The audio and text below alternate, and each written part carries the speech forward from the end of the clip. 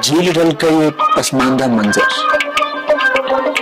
ऊंचे ऊंचे पहाड़ों के दामन में ये हरे भरे बागीचे और इनमें ये खूबसूरत फूल।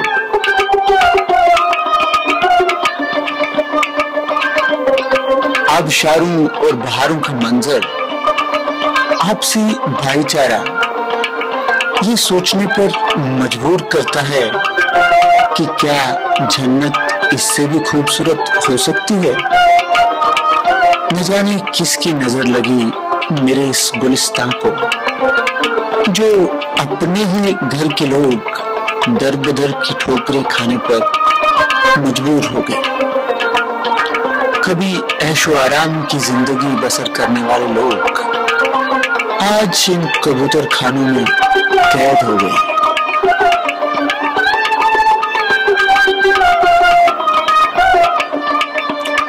कहाँ कश्मीर की वो पुरसोज फिजाएं, झील ढल का पसमानदा मंजर, कहाँ ये माहौल। भला ऐसे हालात में कोई कैसे जिंदा रह सकता है। इन हालात में इंसान तो क्या, जानवरों का रहना भी मुश्किल है।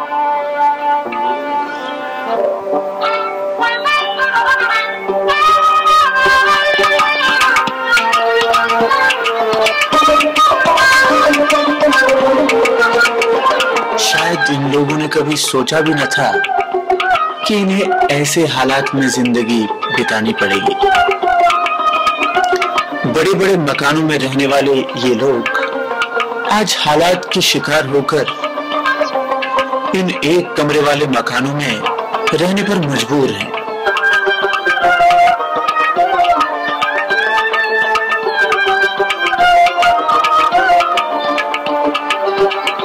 कहाँ कश्मीर के बर्फीले पहाड़ और कहाँ ये तारों का जंजाल, जिसमें ये लोग इस कदर फंस चुके हैं कि इसमें से निकलना मुमकिन होगा या नहीं, यही बेहतर जानते हैं। मेरे पति को मार डाला, वो सर्जिकल बोर्ड में काम करते थे। कश्मीर हमारे लिए कुछ नहीं, कश्मीर के लिए हमारे दिल में कोई अच्छी बात नहीं, क्योंकि वहाँ पे हमारे पापा को मारा गया, हमसे हमारे पापा का साया उठाया गया, हमारे सर पे उनको यतीम बनाया गया। कहते हैं आंगन में सबको जमा करके एक साथ मार दिया गया। मेरी माँ भी उसमें शामिल थी। मेरा नाम उषा है। मेरे पति प्लेडियम सिनेमा में काम करते थे। 19 जनवरी 1991 को कुछ लोगों ने उन्हें किडनैप कर लिया। मुझे कहा गया कि कल सवेरे तक वो वापस आ जाएंगे, लेकिन कुछ दिन बाद उनकी लाश मिली जिसमें 7 गोलियां लगी थी। उनका क्या मकसद था मैं नहीं जानती। मेरे पति को किडनैप करके ले गए और दूसरे दिन हमें उनकी लाश मिली। उन्हें फांसी दे दी गई थी और उनकी जुबान भी काट दी गई थी। हम शुरू से बडगाम में रहते थे। हमारे साथ ऐसा होगा कभी ख्वाब में भी नहीं सोचा था।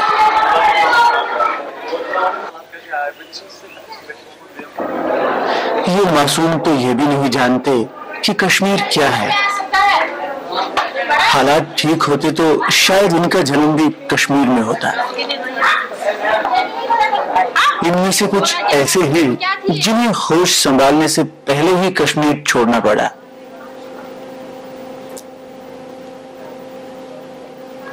एक धुंधली सी याद इनके जहन में शायद अभी भी मौजूद है।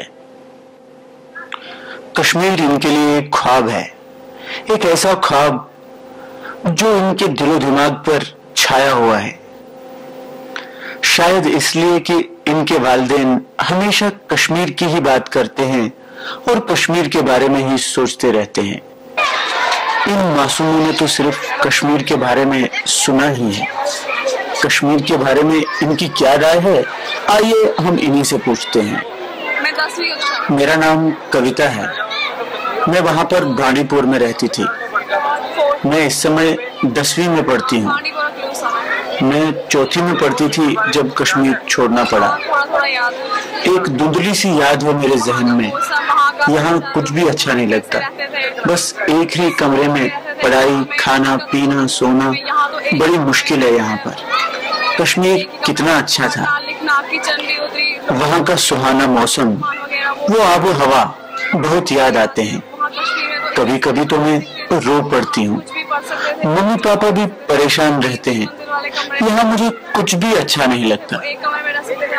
कश्मीर में कभी ऐसा मौसम नहीं देखा। यहाँ की गर्मी तो बस पूछिए मत। मेरा नाम इंदु भट्ट है। मैं 9वीं में पढ़ती हूँ। मेरे वालिदैन कहते हैं कि वहाँ हमारे पास बहुत सारे मकान थे। यहाँ एक ही कमरे में गुजारा करना पड़ता है। वो सब कुछ छोड़कर हमें यहाँ आना पड़ा। हमारा कश्मीर बहुत अच्छा था। बहुत याद आती है मम्मी पापा को कश्मीर की। यहाँ कुछ भी अच्छा नहीं है। मैं कभी कश्मीर नहीं गई, न मैंने कश्मीर को देखा है। बस टीवी में ही कश्मीर को देखती रहती हूँ। वहाँ का हरा भरा मौसम, चिड़ियों की चहचहाहट हमारे जहन पर भी असर करती है।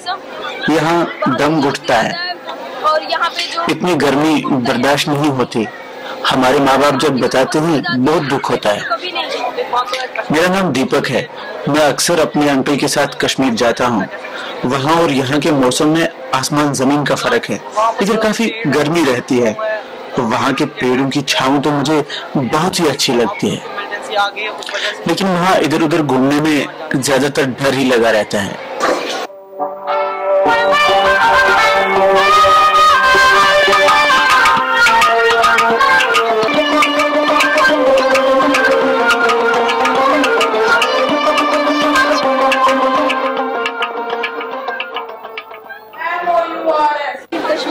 मेरे मम्मी पापा बताते हैं वहाँ पर हमारे पास काफी सारी जमीन थी, बहुत बड़ा मकान था।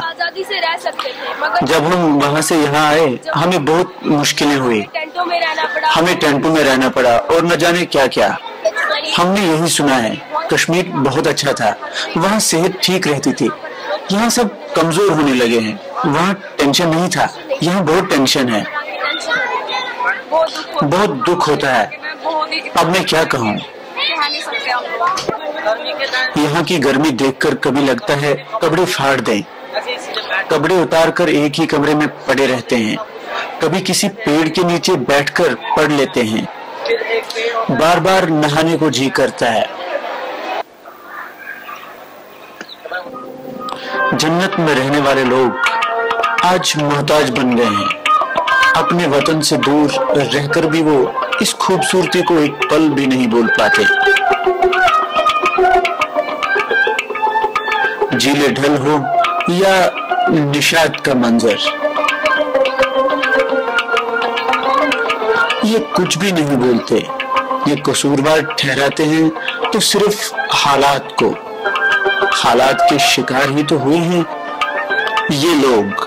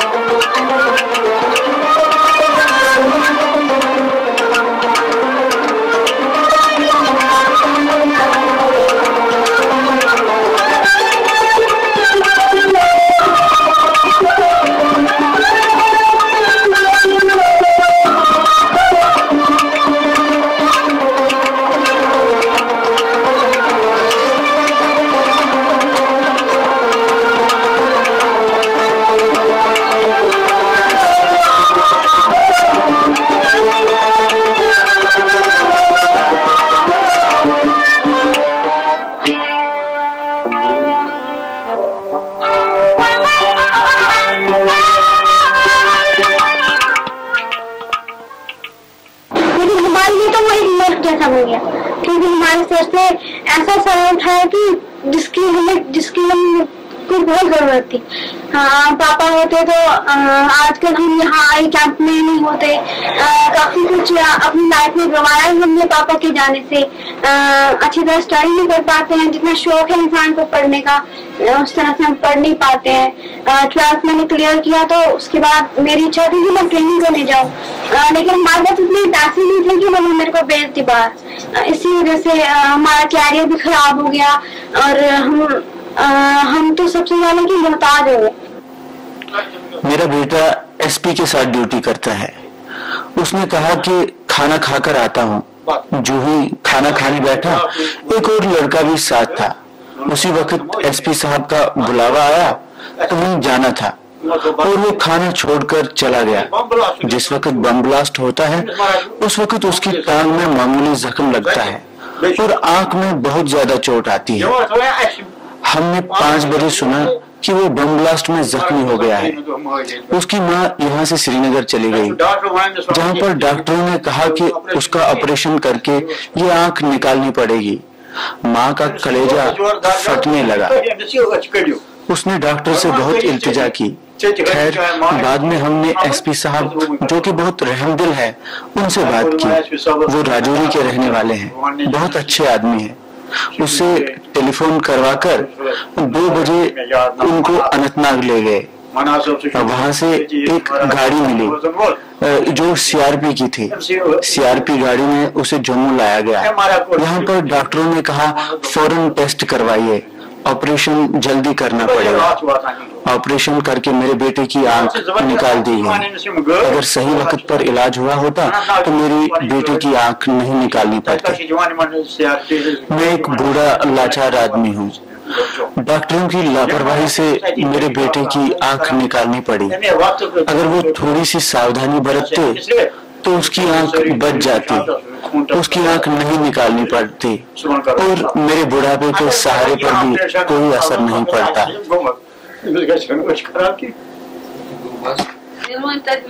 जब मेरे बेटे को मार दिया तो क्या करती? जो गोली अंदर लगी है वो बढ़ रही है, अब बर्दाश्त करना पड़ता है बच्चों के लिए, और क्या कर सकते हैं। परिवार में 3 लोग बच गए, बाकी सभी को मार डाला। वो नौकरी करते थे और उस वक्त पुलवामा के डेरे पर ही थे। मेरे भाई की बेटी वहाँ नौकरी करती थी, पुलवामा में पुलिस में काम करती है। सबको खत्म कर दिया। क्या कसूर था उनका? बस मार डाला सबको। मेरे साथ बहुत जुल्म हुआ। न ही मुझे कुछ मदद मिली और न ही किसी को नौकरी दी गई। मैं क्या करूं? वहाँ पर जमीन जायदाद थी, उसे बेचकर गुजारा चल सकता था। यहाँ पर क्या करूं? किसके पास जाऊं? मैंने कहा था कि मेरे किसी रिश्तेदार को नौकरी दे दो, मगर वो नहीं मानते हैं। क्यों नहीं हो सकता? क्या सरकार का ये फर्ज नहीं बनता कि मेरे बारे में सोचे? मैं फिर एक बार गवर्नर के पास गई थी। उन्होंने लिख के दिया कि इसको मदद करो, क्योंकि इस पर मुसीबतों का पहाड़ टूट पड़ा है। बस मेरी किस्मत खराब थी, नहीं तो मेरे पति गवर्नमेंट मुलाजिम थे। मेरा हक बनता है नौकरी का, मगर क्या करूं? कहाँ जाऊं? कोई रास्ता नजर नहीं आता।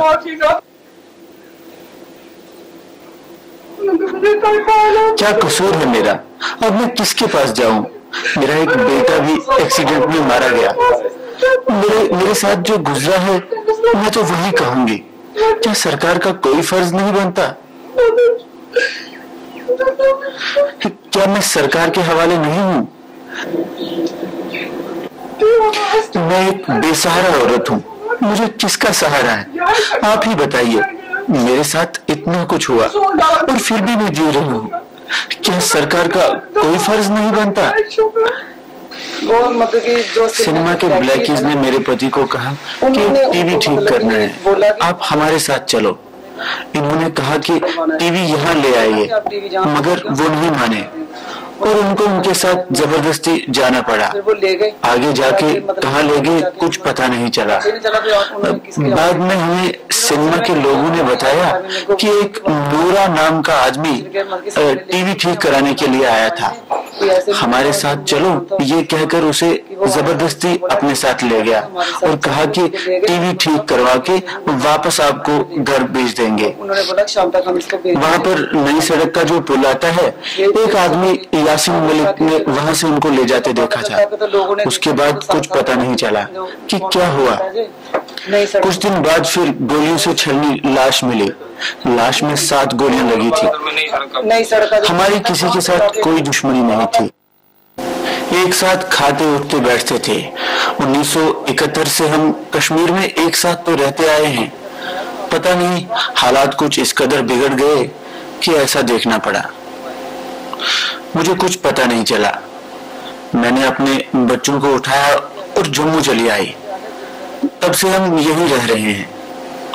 यहाँ पर हमें काफी मुश्किलात का सामना करना पड़ रहा है, मगर क्या करें, कोई चारा ही नहीं है।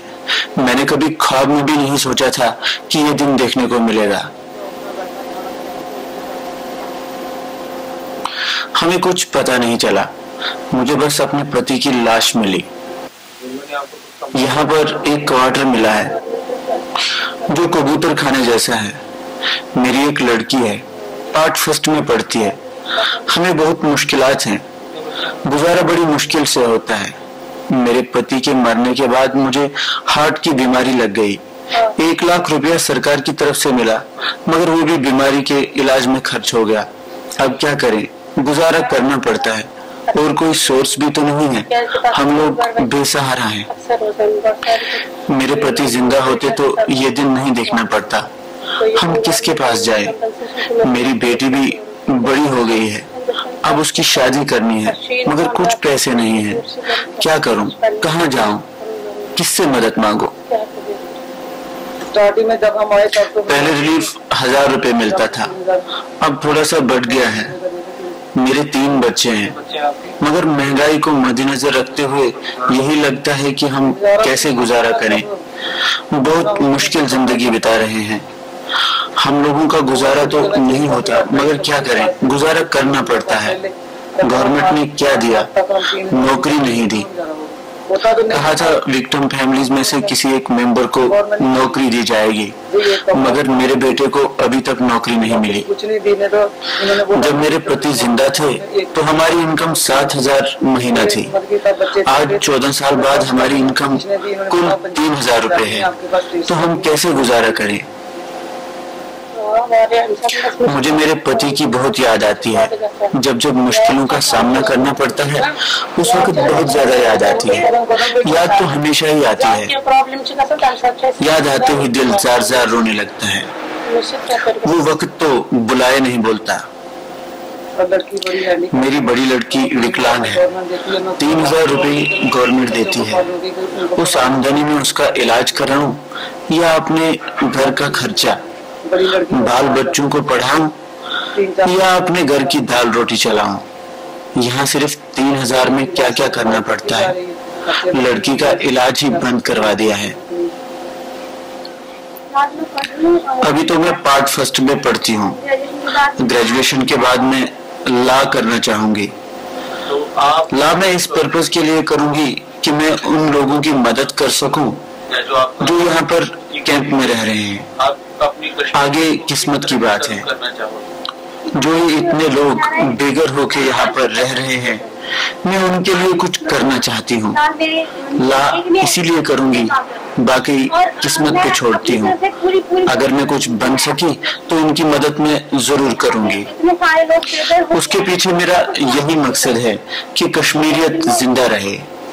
ऐसा न हो आने वाली जनरेशन कश्मीरियत से कोसों दूर हो।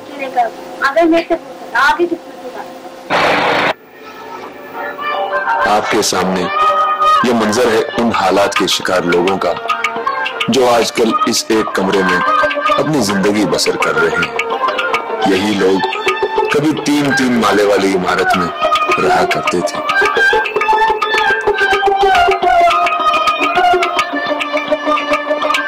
चारों ओर जिनके हरी भरी वादियां थी, आज यही पत्थरों और रेतीले इलाके में बसर कर रहे हैं।